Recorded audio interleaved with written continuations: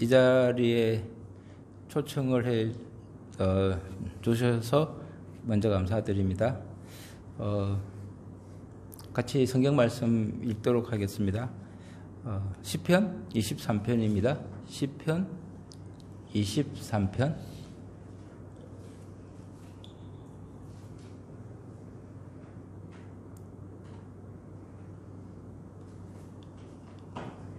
네, 시편 23편 제가 봉독해 드리겠습니다.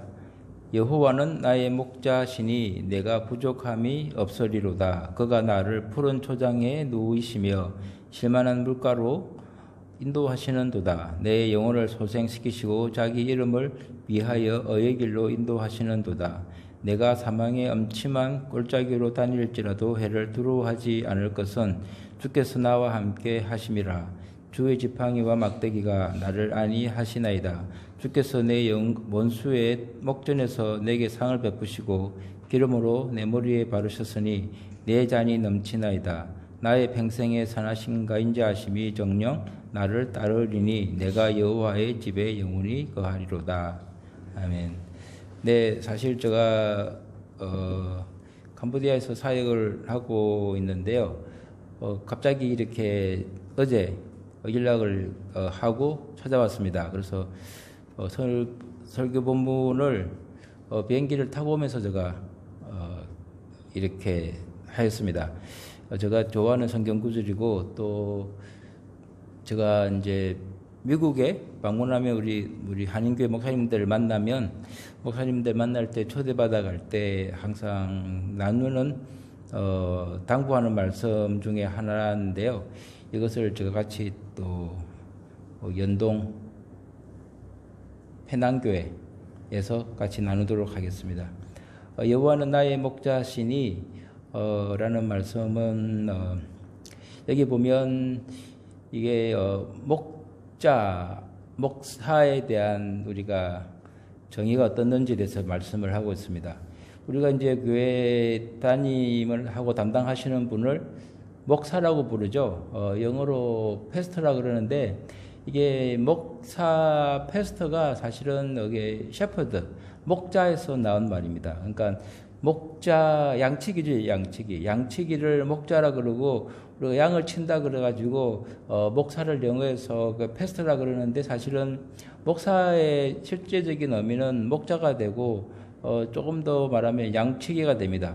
근데 왜 그러냐 그러면 우리가 성경 신약과 구약을 읽어보면 우리 하나님으로부터 받은 사명자 역할이 항상 양치기와 비유를 하였습니다. 오늘 본문 말씀도 여호와는 나의 목자시니 주님은 나의 목자시라는 말씀을 하시고요. 신약도 예수님을 비유할 때 항상 어린 양을 쫓는 목자의 비유를 하시죠. 또 예수님 자체도 어린 양이라고 또 비유를 하시고요. 그래서 이게 이스라엘도 여러 가지 직업이 있는데 그 많은 직업 중에서 왜 주님을 따르는 사람을 그 많은 직업 중에서 양치기라고 하였을까? 이발사도 있을 거고 또 흔한 농부도 있을 거고 여러 가지 많은 직업이 있는데 왜 양치기를 선택하였을까라는 이야기를 같이 나누려고 합니다. 우리가 이제 교회에서 목사라고 하는데요. 목자라고 하는데 우리가 전반적으로 사역자라 그러죠. 사역자는 미니스터. 그러면 사역자의 여러 가지 역할이 있습니다. 그럼 교회에서 목자가 하는 사역들이 뭐가 있느냐? 우리가 만일에 복음을 전파하고 그리고 또한 말씀을 전하는 사람들을 우리는 설교자라 그럽니다. 프리처라 그러죠. 그래서 목사님 하는 일 중에 설교를 하는 프리처가 있고요. 그리고 또한 세상에 나가서 믿지 않는 사람들에게 복음을 전파하는 에반젤리스트, 또 전도자라고도 부르게 됩니다. 그리고 또한 교회에서는 우리가 훈련을 하게 되죠. 여러 가지 교회에서 하고 있는 성경 공부가 있는데요. 그렇기 때문에 우리는 또 가르치는 자, 선생님이라고도 불립니다. 그리고 또한 우리가 교회에서 목사님들이 섬기죠. 또 사회봉사 활동도 많이 하고 노인복지도 많이 하는데요. 그래서 우리는 또 목사님들을 또 섬기는 자, 또 봉사자, 또 서브라고 하죠. 성경 말씀에도 우리가 고린도에 보면은 여러 가지 다른 지체들의 하나님 부르받은 은사가 있는데 그 은사 중에 하나가 섬기는 은사가 있습니다. 그리고 또한 목사님들이 하는 것 중에 또 역할이 뭐냐 그러면 카운셀러, 상담자죠. 심적으로 약하신 분들, 내상이 있는 분들에게 상담을 하고요. 그리고 또한 교회가 또 규모가 커지면 또 스태프들이랑 또 교회를 조직을 운영해야 되니까 또 관리자가 됩니다. 이렇게 목사님, 교회에서 하는 목사님의 역할이요, 상당히 많습니다. 근데 많은 경우 우리가 교회 목사님이라 그러면 설교자 아니면 프리처라든지 아니면 가르치는 사람, 티처라고 생각을 하는데 사실은 우리가 목사님 보고 설교사님, 뭐 프리처 아니면은 뭐 선생님, 티처라고 하지는 않고요. 목사님이라고 부릅니다. 패스터, 셰퍼드, 양치기라고 부르는 거죠. 왜 그러면 양치기를 부를까? 목사님의 역할이 그렇게 많고 가르치는 역할도 있고 섬기는 역할도 있고 또한 상담자 역할도 있고 교회를 관리하는 역할도 있는데 그중에서 우리는 항상 목사님 할 때 왜 그럴까? 그것은 우리가 성경 전반적으로 볼 때 여호와는 나의 목자시니 그리고 또한 주님은 양을 우리의 양치기이시고 또 본인이 어린 양으로서 속죄물로 돌아가셨기 때문에 사실 신약과 구약 전반적으로 흐르는 사명자의 역할은 목자가 맞습니다. 그러면 목자가 어떤 역할이냐? 그 목자와 구별을 하려 그러면요, 농부하고 구별을 하면 목자의 역할이 뭔지를 좀 더 명확하게 알 수가 있습니다. 목자를 알기 전에 농부와 목자의 차이가 뭐냐? 농부는 식물을, 작물을 키웁니다. 이게 식물과 작물은요, 쌀도 그렇고 보리도 그렇고 온갖 가실수를 키워보면 절대로 움직이지를 못합니다. 심어놓으면 그 자리에 있습니다. 자기 스스로 물을 찾아간다든지 아니면 자기 스스로 햇빛을 있는 곳으로 뿌리를 뽑아서 움직이지를 못합니다. 그렇기 때문에 농부가 항상 가서 봐야 되고 비가 적으면 물을 줘야 되고 또 햇빛이 없으면 햇빛을 또 열어줘야 되고 또한 양분을 줘야 되고 그래서 항상 농부는 그 자리를 벗어나지 못하고 항상 지켜보면서 관리를 해야 됩니다. 그런데 목자는 대상이 틀립니다. 네 발이 달려있는 동물, 네 발이 달려있는 양을 키우는, 지키는 사람이 목자입니다. 그렇기 때문에 이게 관리하는 대상과 방식이 틀립니다. 이게 네 발이 있다 보니까 스스로 움직이면서 돌아다니게 됩니다. 제가 몽골에서 사역을 14년 했었거든요. 2008년부터. 그러면서 몽골에 있으면서 몽골 사람들의 거진 8, 90%가 다죠. 양측입니다. 양측이기 때문에 그 사람들이 어떻게 양을 치는 것을 보게 되죠. 우리가 구약시대 이스라엘의 모습을 보지 않고서도 이스라엘 당시 양측의 모습을 우리가 보게 되는데요. 어떻게 되는지 제가 지켜보고 이야기도 나눠보면서 제가 알게 된 거는 양들은 절대로 고개를 들지를 않습니다. 이 많은 동물들이요, 염소도 그렇고 소도 그렇고 돼지도 그렇고 모든 동물들은 고개를 들어서 사방을 보고 또 사방을 경계하고 자기가 원하는 목적으로 걸어가는데 양은 땅만 쳐다보고 갑니다. 자세히 한번 봐보십시오. 양은요 땅만 쳐다보고 풀만 쫓아가기 때문에 그래서 양들은 풀만 보고 쫓아가다가 길을 잊어버리고 뒤처지게 됩니다. 그런데 여러분 소를 보면요, 소를 바깥에 방목을 해서 키워놓고 두면 소는 집으로 돌아옵니다. 말도 여름 내내 들판에서 풀을 먹고 있다가 가을 되면 추우면은 집으로 돌아옵니다. 염소도 돌아옵니다. 모든 동물들이 집으로 돌아오는데 이 양만 집으로 못 돌아옵니다. 왜냐하면 풀만 먹고 풀만 보고 따라다니다가 흩어지기 때문에. 그래서 사실은 소는 지켜볼 필요가 없습니다. 말도 지켜볼 필요가 없고요. 돼지도 마찬가지고. 왜냐 그러면 집으로 들어오니까 관리하기가 편한데 이 양들은 집으로 들어오지 않고 풀만 쫓아다니다가 잊어버리게 됩니다. 그래서 목자를 잊어버린 양치는 흩어진다는 말이 바로 그렇게 됩니다. 그러면 목자의 임무가 뭐냐? 항상 양들과 함께 있어야 되는데 목자들은 그러면은 자 양들을 오늘 읽은 본문 말씀처럼 나를 양이죠. 푸른 초장으로 누이시며 실만한 물가로 인도하신다 그러는데 우리가 목자가 인도한다고 따르라 그럴 때 양들이 따라가겠습니까? 안 따라갑니다. 왜냐 그러면 거기를 쳐다보고 풀만 보고요. 앞에 움직이면 그 꽁무니를 따라가기 때문에 절대로 목자 음성을 듣고 고기를 들고서 목자가 어디 있는지 따라가는 것이 양의 습성이 아닙니다. 그렇다면 목자는 무슨 일을 하냐 그러면은 항상 목자의 자리는 앞에 있는 자리가 아니고 뒤에 있습니다. 만일에 몽골에 갈 일이 없으면 여러분 한번 인터넷이라든지 한번 찾아보십시오. 거진 목자의 자리는 뒤에 있습니다. 리더가 아니고 뒤에서 양들이 혹시 풀을 쫓아가다가 딴 길로 간다든지 뒤처진다 그러면은 양들을 그 뒤처진 양들을 찾아가서 구해주고 큰 무리가 흩어지지 않는 것을 이렇게 도와주는 것이고 그리고 방목을 하여서 스스로 그 초원 안에서 놀 수 있게끔 하는 것이 목자의 임무가 됩니다. 제가 한번 이제 몽골에 봄에 이제 시골에 가게 됐는데요. 제가 길을 가다 보니까 어느 이제 목자죠. 부인하고 두 분이 이제 새끼 양을 엉덩이에 빠져가지고 지렁탕에 이렇게 들어가 버린 거예요. 지렁탕에 들어가니까 이게 양털에 흙이 묻어버리니까 보이지가 않는 거예요. 그런데 그 목자가 그 양을 찾아서 온 전신을 찾아 돌아다니다가 발견한 거예요. 발견하니까 가서 그것을 다 물을 씻고 있더라고요. 그 물을 씻고 있는 광경을 보고서 제가 이렇게 왜 하냐 그러니까 목자들은 새끼가 나오고 나면 길을 못 따라가고 엄마 아빠를 따라가지 않냐고 그러니까 엄마 아빠를 따라가려는 것이 아니고 풀만 보고 따라가다가 그래 됩니다. 그럴 때 목자는 뒤에서 어디로 가는지를 지켜보는 것이 목자의 임무지 앞만 가버리면 양들이 다 흩어집니다. 그런 이야기를 제가 하는 것을 듣게 되었습니다. 그렇기 때문에 목자의 자리는 앞에 있는 것이 아니고 양들의 뒤쪽에서 지켜보는 자리입니다.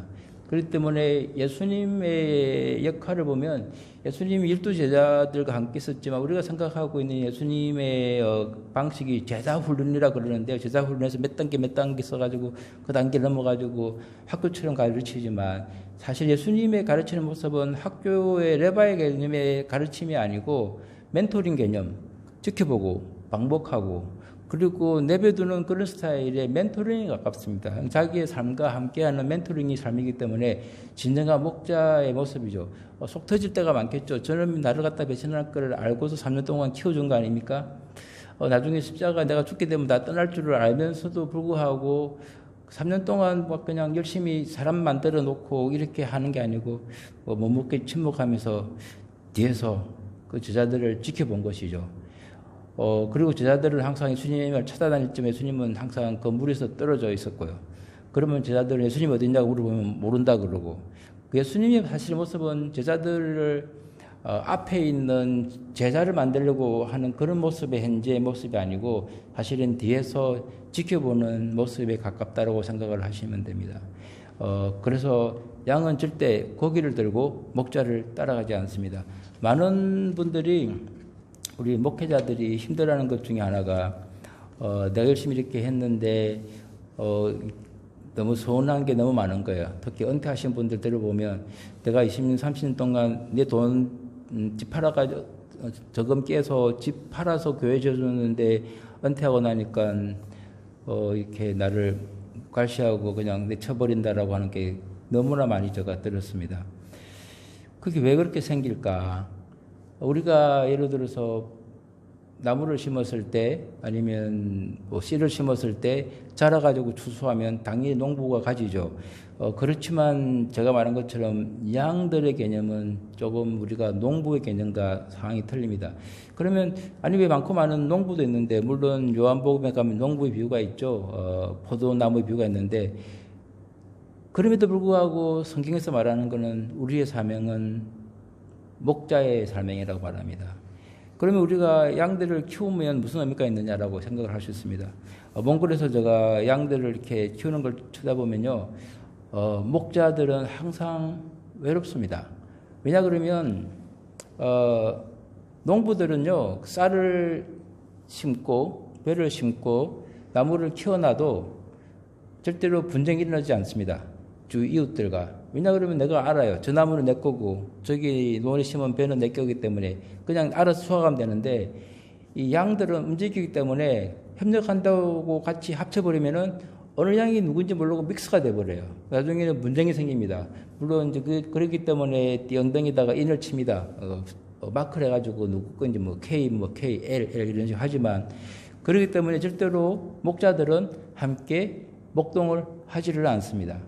저 멀리 초원이 그렇게 땅이 많은데 다 이렇게 떨어져서 혼자서 목동을 칩니다. 그렇기 때문에 항상 혼자서 외롭게 치고 있습니다. 그럼에도 불구하고 그 양들은 그 목자를 따르지를 않습니다. 그렇기 때문에 목자의 사명이 쉽지가 않습니다. 베드로가 마지막에 예수님이 부활하시고 배신하고 부활하시고 다시 만났을 때 예수님께서 하신 말씀이 내가 나를 사랑하느냐라고 물어볼 때 사랑한다고 하니까 예수님이 당부하신 것은 내 양을 치라고 하는 말씀입니다. 나도 멘토가 돼서 너희들 이렇게 쳤는데 쉽지가 않은데 너도 나를 사랑하면 내 양을 치라고 하는 분부를 내렸을 때 그 말은 그 사명이 어느 사명보다 쉽지가 않다는 것입니다. 설교자는 모든 하이라이트를 다 받겠죠. 많은 사람들이 그 말을 청중이 있고 많은 청중이 듣게 되는 것이 설교자의 삶이 될 것이고 가르치는 자는 또한 언변으로 많은 사람이 가르치게 될 거고 선교도 그 선김으로부터 사람들에게 칭찬을 받게 될 것이고 상담을 또 마찬가지고 그렇지만 이 목자의 삶은 우리가 복음 전파의 선교사의 삶과 설교자의 삶과 가르치는 자의 삶과 섬기는 자의 삶과 상담자의 삶과 교회를 관리하는 관리자의 삶과 또 다른 모습의 삶을 살게 되는 것입니다. 성경은 계속해서 우리에게 말하는 것은 목자, 양을 치라고 말씀을 하셨습니다. 그러면은 이게 우리가 지금 혼돈이 있을 수 있는 게 갑자기 우리가 신학교에서 교회에서 어느 순간 크리스찬 리더십이라고 해가지고 리더십이라는 단어가 들어왔어요. 사실은 이게 예전에는 목자 그렇게 됐는데 어느 순간 우리가 이제는 크리스찬 리더십을 함량해서 리더십을 발휘해야 된다고 그러는데 갑자기 목사가 리더로 바꿔지게 됩니다. 그러면 다시 한번 리더는 어떤 역할을 하느냐. 리더의 자리는 리더니까 항상 앞에 있습니다. 리더가 앞에 있으면은 다른 사람들은 어떻게 됩니까? 따르는 자, 팔로우가 되죠. 리더는 항상 앞만 보기 때문에 목표를 항상 하기 때문에 뒤에 있는 사람들은 보지를 못합니다. 왜냐 그러면 앞만 보고 내가 가야 되기 때문에 뒤에 있는 사람들은 어디로 가는지 생각할 겨를이 없는 거예요. 그러다 보니 목표를 향해서 앞만 보고 보다 보니까 나중에 뒤에 돌아서다 보니까 양들이 다 흩어져 버리는 거예요. 왜냐 그러면 양들은 풀만 보고 가기 때문에 그 리더의 목적을 알 수가 없게 됩니다. 그러다 보니까 항상 우리가 많이 들은 게 있죠. 퍼포스 드리븐, 퍼포스 드리븐이 뭡니까? 목표를 가지고 그것을 함께 온 공동체가 함께 간다는 건데 그러면은 안 따라오니까 따라오게끔 각종 기술을 통해서 아니면 상담 심리 분석을 통해서 아니면은 그 사람 성격 분석을 통해 가지고 여러 가지 시스템을 통해서 조직을 통해서 관리사가 돼 가지고 한계 목표를 향해서 모든 교인들이 앞으로 나가게 되는데 사실 이것은 신학교라든지 아니면 제자 훈련이라든지 선교 훈련이라든지 거기는 통하겠지만 교회는 초원인데 양들인데 그 양들을 제자로 만드는 것은 이것이 통하지가 않게 되는 것입니다. 그러면 왜 크리스찬 리더십이라는 것이 교회에 들어와가지고 어느 순간 목자가 뒤에서 목양하고 지켜보는 자리인데 앞에 나가서 이게 우리 앞으로 목표니까 나를 따르십시오라고 됐을까요? 어느 순간 교회 가면 이렇게 교회 목표가 있습니다. 우리는 이겁니다. 그러면 과연 그 목표가 그 양들이 원하는 목표인지 아니면 본인의 목표인지 또 그렇게 되게 됩니다. 근데 교회라는 것은 목표가 있으면 안 된다고 저는 생각합니다. 왜냐? 그것은 초원에서 마음껏 오늘 보신 것처럼 그가 나를 푸른 초장에 누이시며 샘만한 물가로 인도하시는도다. 그 초원에 들어가면은 안에서 풀을 뜯고 묵고 놀 수 있고 즐길 수 있고 목자는 뒤에서 지켜보고 흩어지고 떨어지면 그 막대기로 쳐서 물이 들어오게 하고 예부서면 막아주면 안에서 양들이 뛰어놀 수 있는 공간을 만드는데 어느 순간 줄을 세우고 아니면 어느 순간 양들을 교육시킨다고 할 때는 사실은 이것이 우리가 어느 순간 교회가 학교라든지 신학교라든지 선교훈련센터로 변화하고 있는 모습을 많이 보게 됩니다. 이것이 그럼 왜 들어왔느냐? 사회가 비즈니스가 이제 일어나고 80년대, 90년대 이후 한국에서도 그렇고요. 기업이 생기고 비즈니스가 생기고 비즈니스는 어쩔 수 없이 목표지향적이죠. 왜냐 그래 유언을 창출해야 그 유언을 가지고서 밑에 있는 직원들하고 유언을 나누기 때문에 모든 직원들이 돈을 목적을 가지고서 한 개의 목적을 위해서 열심히 목숨을 걸고 일을 하고 성취를 해 나갑니다. 그러면 그것에 대한 대우를 받고서 그 이익을 나누어서 잘 살게 됩니다. 희생을 하여서라도 그렇게 가게 되는 것입니다. 그러다 보니까 기업들이 커지고 그럼 우리도 세상의 리더십에 대한 것을 배우게 되면서 우리도 크리스찬 리더십을 만들어보자라고 해서 억지로 들어온 게 크리스찬 리더십이 됩니다. 언제부터 생겼느냐 크리스찬 리더십이 80년 90년대 교회가 대형화가 되면서 사람들이 몇천 명 모여들고 몇만 명 모여들고 몇십만 명 모여들고 그렇게 되다 보니까 예전에 방목을 해가지고는 교회가 이게 너무 혼돈스럽거든요.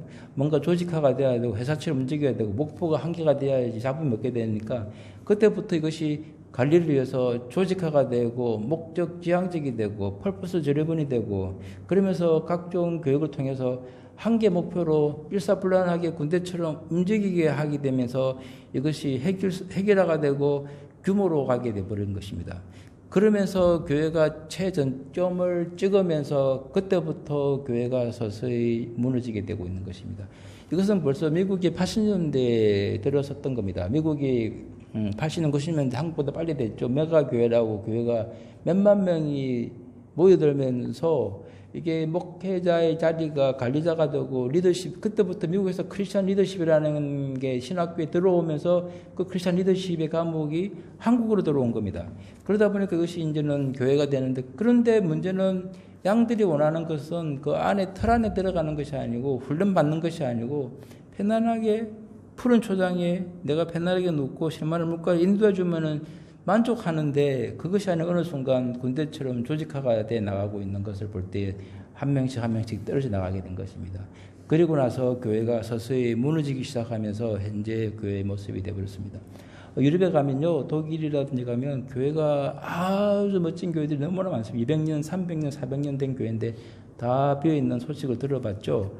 교회들이 얼마 없다 보니까 목사님이 순례를 하면서 돌아다니고 있습니다. 400년, 500년 전에 루터가 종교개혁을 했던 그 독일을 지금은 교회가 텅 비어 있습니다. 왜냐 그러면은 그 멋진 교회의 규모가 커지면서 건물이 높아지면서 그때부터 교회가 무너지기 시작한 것입니다. 길땅구 교회는 대형 하락, 조직 하락, 그렇게 되는 것이 하나님이 원하시는 모습의 교회가 아닌 것을 알 수 있습니다. 우리가 노아 홍수 이후에 사람들이 바벨탑을 쌓기 시작합니다. 바벨탑을 쌓는데 바벨탑을 쌓을 때 사람들이 했던 두 가지가 있습니다. 첫 번째는 우리의 이름을 날리자. 두 번째는 흩어지지 말자. 이게 우리 교회 모습들이 아닐까요? 무슨 교회는 몰라도 스타 목사님들이 나오죠. 누구누구 목사님, 또 아니면 누구 무슨 교회 출신입니다. 이름은 날리고 있습니다. 그리고 두 번째는 흩어지지 말자. 우리 교회 꼭 와야 돼.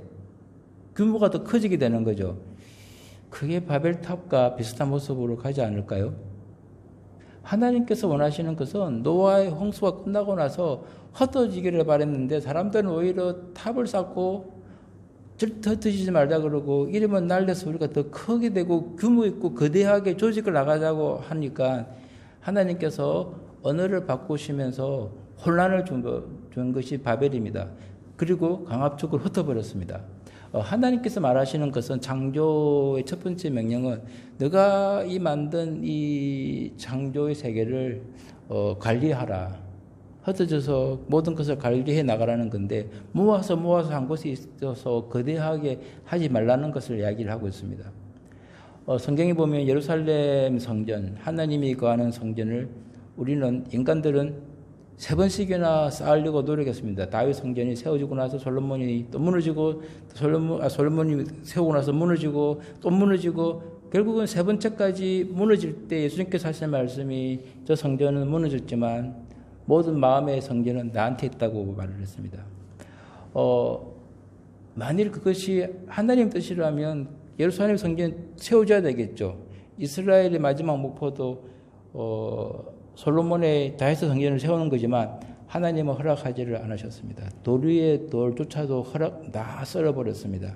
그것은 뭐냐 그러면 그 성전은 각자의 마음이 있는 것이고 그렇기 때문에 그때부터 교회가 디아스포라를 통해서 흩어지면서 교회의 전도가 시작이 되고 선교가 시작이 된 것입니다. 오순절 대부흥의 사건으로 다락방에 교회가 폭발을 하여서 베드로가 한번 세례를 준 몇천 명이 모이고 교회가 늘어났습니다. 분명히 예수님께서는 땅끝까지 이르러 나의 정인이 되라고 흩어져서 복음을 전파하라고 노아 홍수의 명령처럼 같은 명령을 내렸는데 교회가 부흥이 하네? 그럼 우리가 더 크게 짓자라고 하다 보니까 예수님께서는 다시 한 번 더 박해를 주게 됩니다. 그러면서 스데반이 순교를 하게 되고 겁을 먹고 그때부터 흩어지기 시작하였고 바울이 흩어지기 시작한 것입니다. 이런 뜻이 우리의 섭성은 자꾸만 이것이 모여서 규모를 크게 하고 더 크게 해서 이름을 날리고 흩어지지 말자라고 하는 거지만 하나님의 말씀은 우리가 더욱더 흩어지고 또 규모를 작게 해서 우리가 규모를 작게 한다는 말은 무슨 말입니까? 그 말은 우리가 서로 관리하고 케어하고 우리가 해야 된다는 것입니다.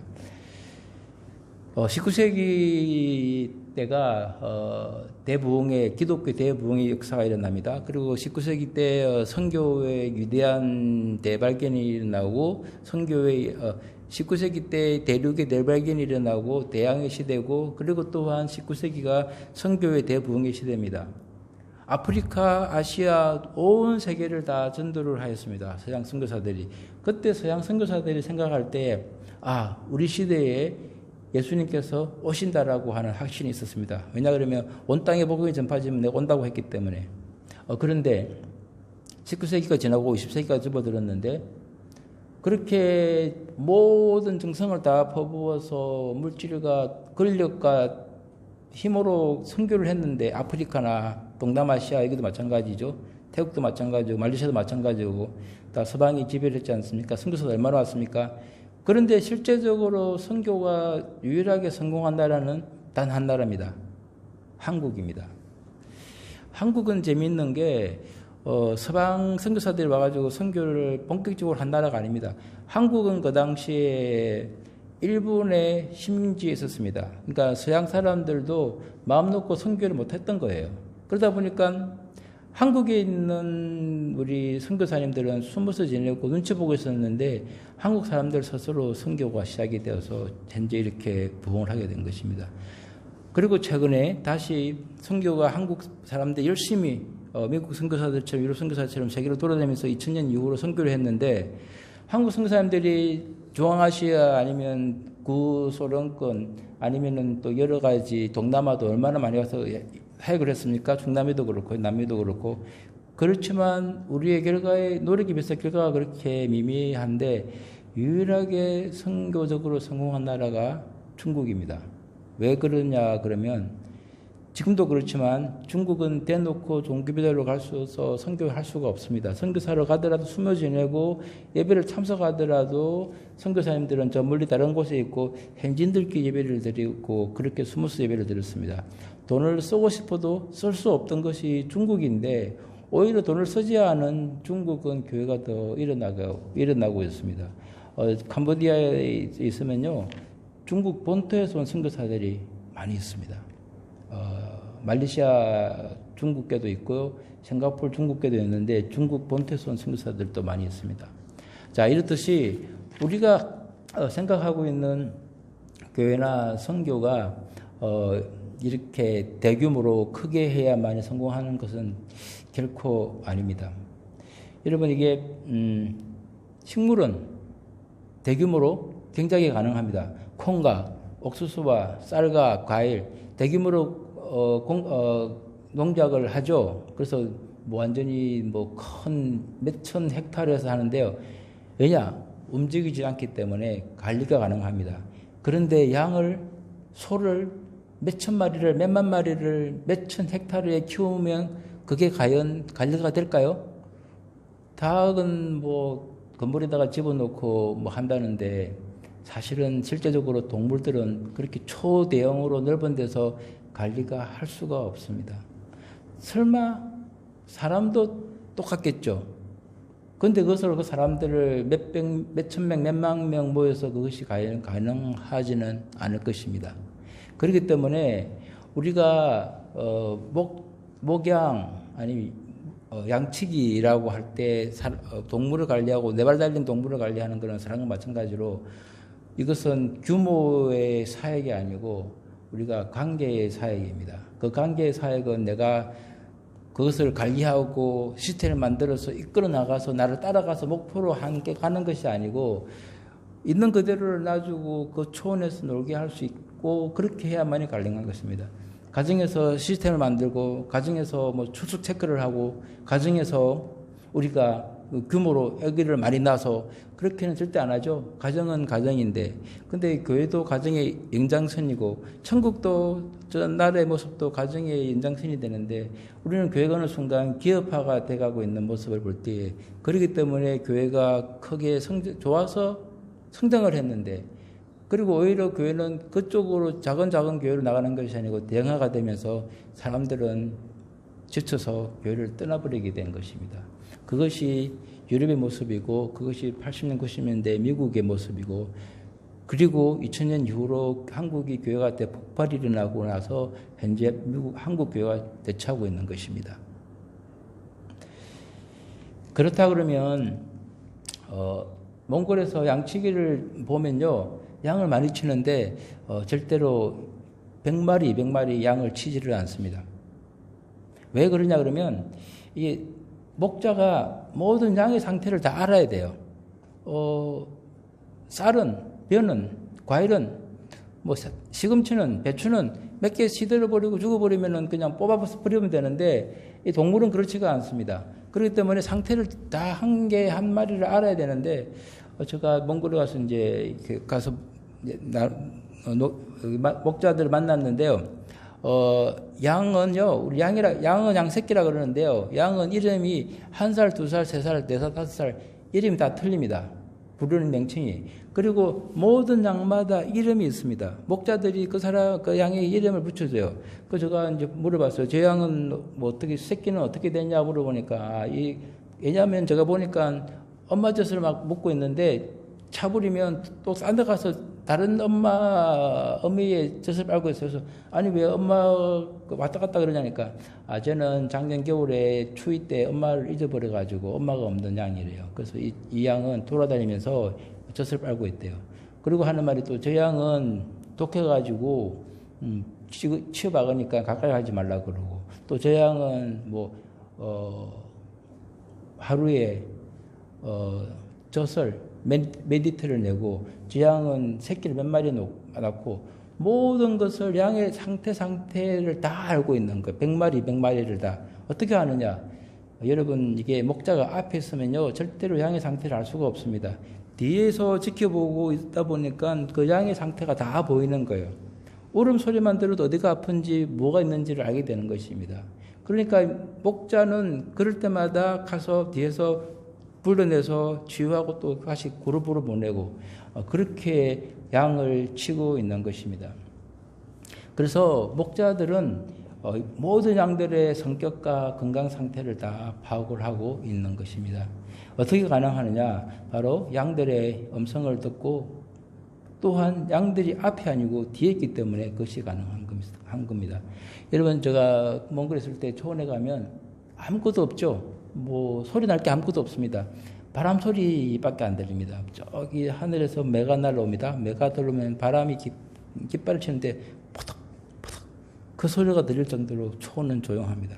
바람 소리와 새 날개짓밖에 없는데 그 중에서 나는 소리가 양들의 울음소리입니다. 한번 들어보셨나요? 양들이 그냥 매 그러고 목자의 소리는 들리지가 않습니다. 양들의 소리밖에 들리지가 않습니다. 그러면 목자는 그 소리를 듣고 있는 거죠. 어디로 갔느냐. 매 하고 멀어지면 또 찾아가서 보고. 목자의 삶이 어떻게 보면 좀 단조로워요. 농부들은 매일 가서 풀도 꽂고, 매일 가서 햇빛도 봐야 되고, 매일 가서 또 비도 봐야 되는데, 목자들은 그냥 매 하다가 멀리 간다고 가서 또 모으고, 그것이 목자의 삶입니다.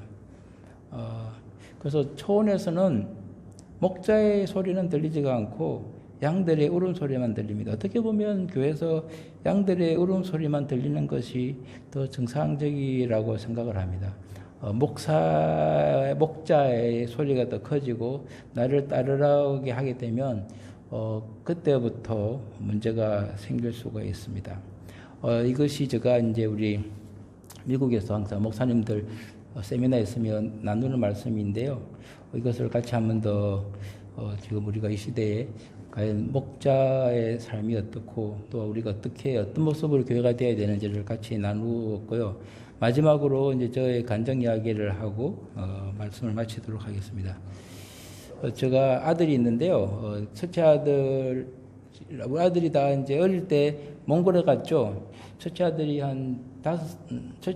한 초등학교 5학년 때 몽골을 가게 됐죠. 그러니까 그때부터 몽골에서 자랐는데, 뭐 한국 사람들 얼마 없고, 또 그 집에서 우리들끼리 항상 같이 있었는데, 아마 이제 저도 그때 40대 초반이고 그러니까 사회하고 바쁘고 그러니까 정신도 없고 뭐 가족이 소홀하게 되는데, 그래서 저 나름대로는 이제 우리 자녀들을 잘 양육한다고, 또 디스플린도 하고, 그렇게 잘 키웠다고 했는데, 그리고 나서 이제 애가 이제 대학교를 가게 돼서 이제 헤어지게 됐습니다. 그래서 이 친구는 이제 따로 살고, 미국에서 저는 이제 몽골에 있다가, 코로나 기간에 어쩔 수 없이 철수를 하게 됐는데, 철수를 이제 해야 되니까 미국에서 우리 가족 3명, 우리 자녀 3명 해서 저희들 5명이 같이 살게 됐습니다.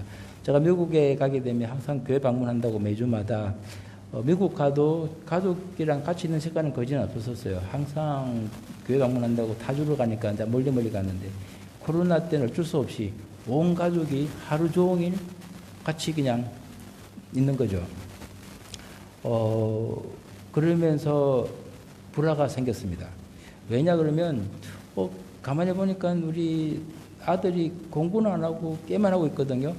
이게 이제 코로나 기간에 아버지와 아들의 관계가 깨진 경우가 너무나 많아요. 왜냐 그러면 대학생이 되어서 다 타주로 아니면 멀리 공부하러 갈 때는 눈이 없으니까 안 보이니까 열심히 공부하는구나 생각했는데 와서 애들이 하는 걸 보니까 매 밤마다 게임만 하는 거예요. 그러니까 아버지가 열이 날 수밖에 없겠죠.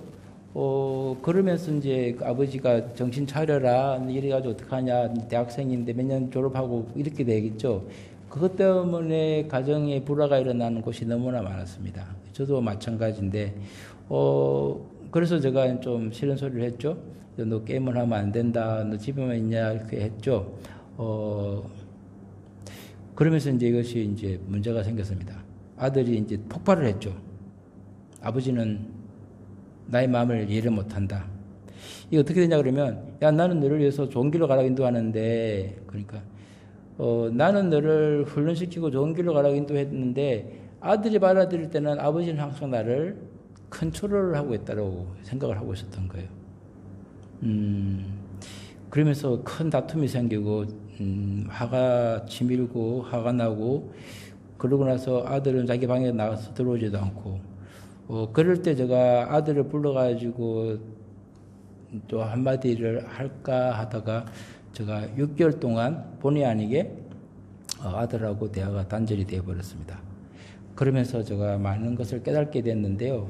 이게 뭐냐 그러면 아버지의 롤이 바꿔지고 있구나. 어릴 때는 내가 자식을 양육하는 입장이지만 시대가 변하면서 자식이 장성했으면 아버지의 롤도 바꿔줘야 되는데 아버지의 롤은 그대로 있고 자식의 롤만 바꿔져 버린 거예요.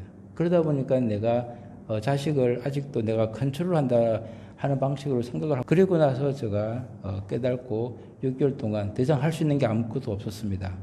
그런데 어떻게 하나님께서 치유를 하셔가지고 긴 이야기를 짧게 말하면은 다시 대화가 시작이 되고 있습니다. 많은 가정에서 제가 그런 것을 지켜봤습니다. 근데 참 안타까운 거는 우리가 자녀의 문제라기보다는 아버지로서의 나의 롤에 대한 변화, 내가 어떻게 돼야 되는 것에 대해서 또 한번 돌아보는 계기가 됐습니다. 그것은 부부관계도 마찬가지입니다. 저도 저 와이프랑 살은 지 꽤 오래됐지만 항상 쉽지는 않았지만 제가 최근에 생각한가 나의 롤이 그때와 지금에 또 어떻게 달라지게 돼야지 않을까라고 이야기를 항상 하게 됐습니다. 다시 본문의 말씀을 정리를 하면 목사님의 사역자의 롤은 너무나도 많이 있습니다. 사도도 있고 설교자도 있고 가르치는 자, 섬기는 자, 상담자, 관리자가 있지만 항상 염두에 둬야 되는 것은 우리의 롤 중에 큰 부분은 바로 목사가 되는 것입니다. 그 목자의 사명 오늘 저희들이 같이 나누는데요. 제가 성경 말씀을 읽고 마치도록 하겠습니다. 여호와는 나의 목자시니 내가 부족함이 없으리로다. 그가 나를 푸른 초장에 누이시며 실만한 물가로 인도하시는도다. 내 영혼을 소생시키시고 자기 이름을 위하여 의의 길로 인도하시는도다. 내가 사망의 엄침한 골짜기로 다닐지라도 해를 두려워하지 않을 것은 주께서 나와 함께 하심이라. 주의 지팡이와 막대기가 나를 안위하시나이다. 주께서 내 원수의 목전에서 내게 상을 베푸시고 기름으로 내 머리에 바르셨으니 내 잔이 넘치나이다. 나의 평생의 선하심과 인자하심이 정녕 나를 따르리니 내가 여호와의 집에 영원히 거하리로다. 하나님 아버지 감사드립니다. 우리가 살아가면서 인생의 과정 속에 또 우리의 역할이 또 변하고 있습니다. 우리 주님께서 주신 사명 가운데 우리 목자로서 우리를 불렀었습니다. 우리 양을 치라고 하였습니다. 우리가 양을 치는 양치기로서 또한 자식을 또 치는 또 관리하는 또 부모로서 우리가 이제는 그들의 소리를 귀를 기울이고 또한 그들이 안위를 얻고 편안하게 뛰어놀 수 있는 넓은 초원을 제공하는 그런 사명을 다시 한번 깨닫게 하여 주시옵소서. 우리는 목자도 아니고 우리는 주도 아니고 우리는 아버지도 아니고 오직 주님만이 주님이시며 주님만이 우리의 목자이시며 주님만이 우리의 아버지이십니다.